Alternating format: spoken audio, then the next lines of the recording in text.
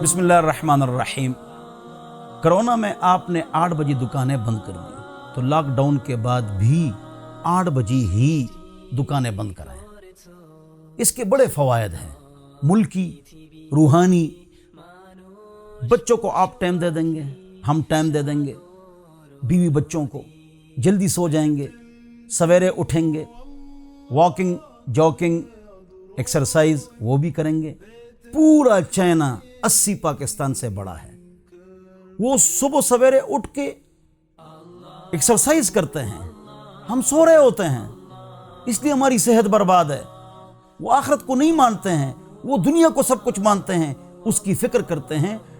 उन्होंने पीएचडी के मकाले और थीसिस लिखे हैं इस मौजू पर कि सूरज निकलने से पहले पहले जो आबो हवा है, इसमें आप वॉकिंग करें, जॉगिंग करें, एक्सरसाइज करें, आपकी सेहत अच्छी होगी। इस पर आप अमल कराएं।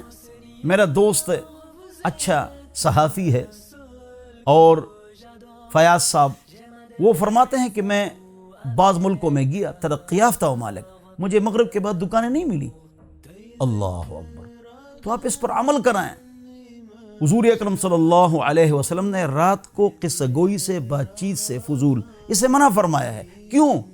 तहज्जुद गई, फजर की नमाज गई, सुबह आप उठेंगे देर से, परेशानी। एक अजीब हदीस आपको सुनाता हूँ ताकि आप डर जाएं और अपने अमल की इस्लाह करें।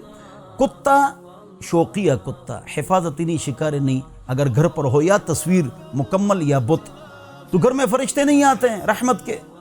इसी तरह वो आदमी अगर घर पर मौजूद है कि सुबह सादिक हो गया, इस पर गुस्ल फ़र्ज है और उठता नहीं है, तो इसकी मिसाल ऐसी है, मिसाल नहीं देता हूँ, उस घर में भी रहमत के फरिश्ते नहीं आते। कितनी सख्त हदीस है, तिरमिज़ी शरीफ की हदीस है।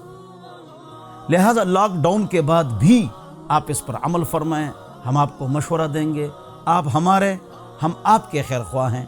अल्लाह हम सबको अमल की तौफीक दे।